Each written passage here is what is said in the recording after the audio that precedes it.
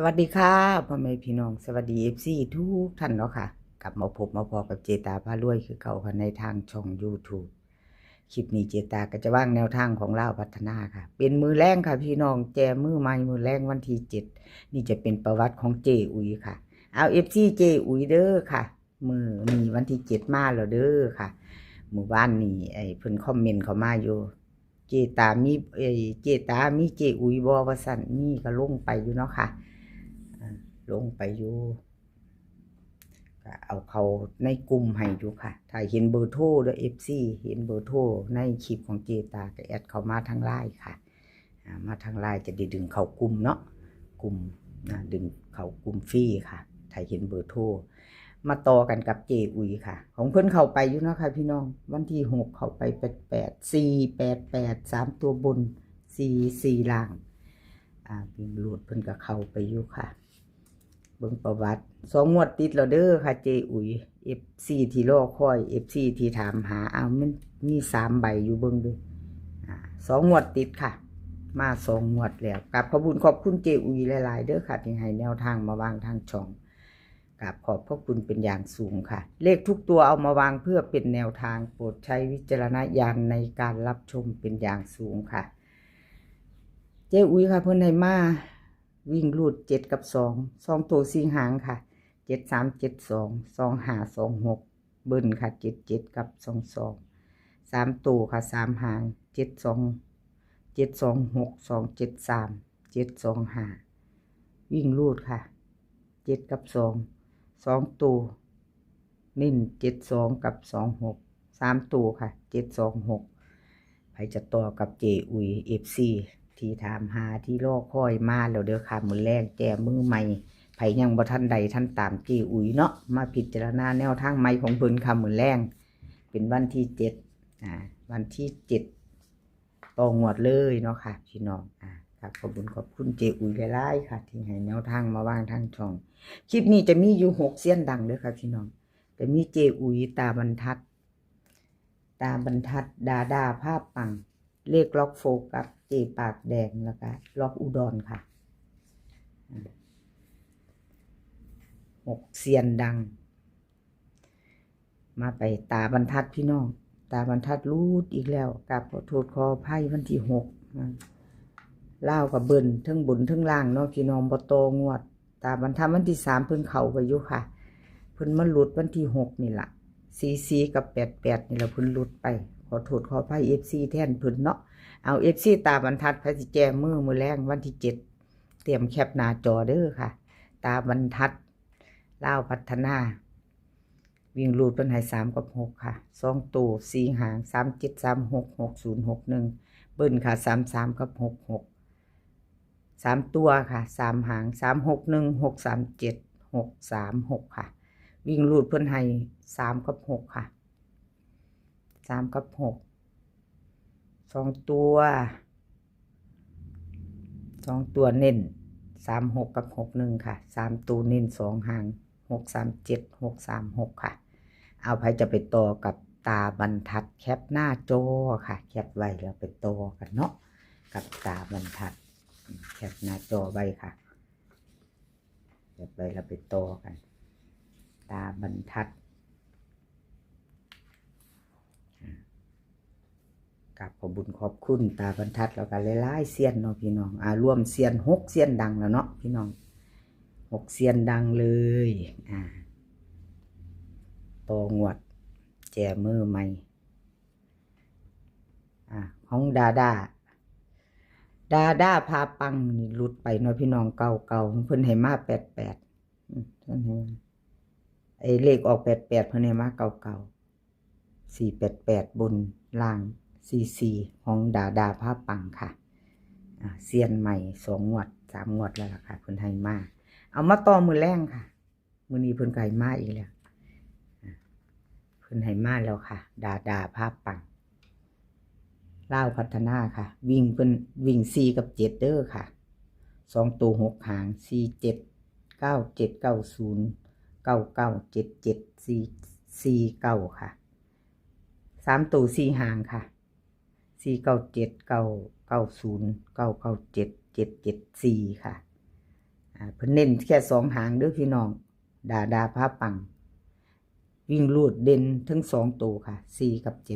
7เน้น4 7กับ4 9 3ตัวหางเดียวค่ะดาพาปัง7 7 4กับขอบุญขอบคุณดาพาปังเนาะค่ะที่ให้แนวทางมาวางเนาะเพิ่นก็เป็นเซียนใหม่เพิ่ง2 งวดค่ะเพิ่นให้เจตามาเพิ่นยังบ่ทันนั่นบ่ทันได้ขอรู้เพิ่นอยู่ดอกพี่น้องเพิ่นสิกล้าให้มาบ่ดาพาปังก็สิขอเพิ่นอยู่เพิ่นบ่ให้แล้วก็แล้วไปเนาะถ้าเพิ่นอันบ่อยากให้ถ้าเพิ่นอยากให้แต่แนวทางบ่อยากให้ลงรูป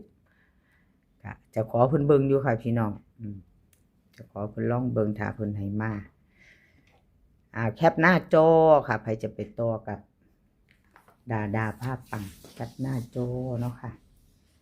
แคปหน้าจอแล้วไปต่อเรียกล็อกโฟกัสค่ะล็อกโฟกัสก็หลุดไปหลุดร้ายแล้วเนาะพี่น้องบนทั้งล่างเนาะขอโทษขออภัย FC บนทั้งล่างหลุดไปของล็อกโฟกัส4883ตัวบน44ล่างวันที่6เป็นมื้อคืนนี้เพิ่นก็หลุดไปเนาะเลขทุกตัวมาวางเพื่อเป็นแนวทางโปรดใช้วิจารณญาณในการรับชมเป็นอย่างสูงค่ะเอามาต่อมือแรงวันที่7กับล็อกโฟกัสค่ะพี่น้องใครจะแจมมือใหม่ตาม FC วิ่งรูดค่ะเพิ่นให้มา6กับ9 2ตัว4หางค่ะ6 9 6 8 90 91เบิ้ลค่ะ6 6 9 9บาดเบิ้ลให้เขียนทั้ง2เที่ยพี่น้องล่ะเจตาคือฟดแท้เน้นคักเนาะว้ายคักป่านนี้ล่ะพี่น้องเอ้ยบ่ลบบ่หยังดอกคักแท้เจตาเจ้าคือดูเขียนแท้ว่าติโอ้ยเนาะ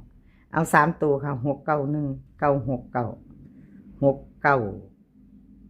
0วิ่งรูดค่ะเด่น6กับ9ทอกันเน้น6 9กับ90 3ตัวเน้นหางเดียวค่ะ6 9 0เลขล็อกโฟกัสไปจะตามกับแคปหน้าจอค่ะใครจะตามกับเพิ่นแคปหน้าจอเนาะค่ะ6เสี้ยนดังนี้หน้าปกก็จะมีเจปากแดงเนาะค่ะจะมีเจปากแดงรูปแล้วก็กับอันนั้นเด้อพี่น้องเจปากแดงค่ะมันต่อกันเจตาเว้าถึงเงินหน้าปก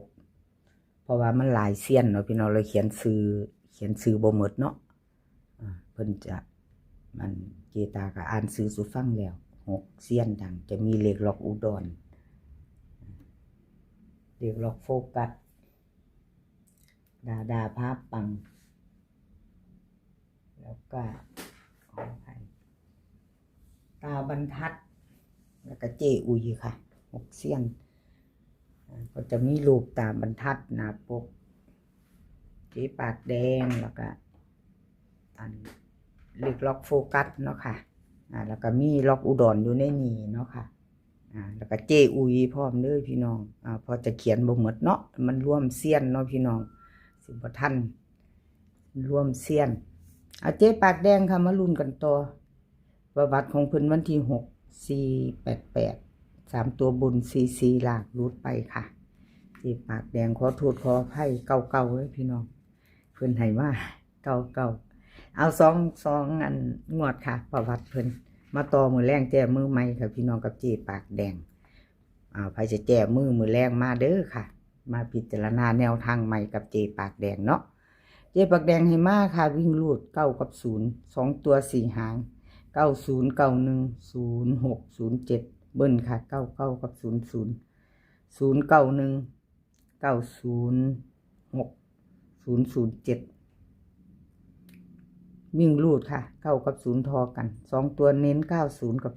06 3ตัวเพิ่นเน้นหางเดียวค่ะ906เจปากแดงกับขอบุญขอบคุณเจปากแดงหลายๆค่ะที่ให้แนวทางมาวางทางช่องเนาะกราบขอบพระคุณเป็นอย่างสูงค่ะแคปหน้าจอแล้วก็ไปโตเนาะค่ะ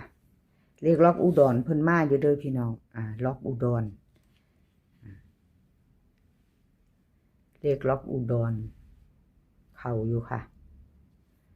488 3ตัวบน44ล่างของเพิ่นเข้าไป88เนาะพี่น้องเข้าไปบนอยู่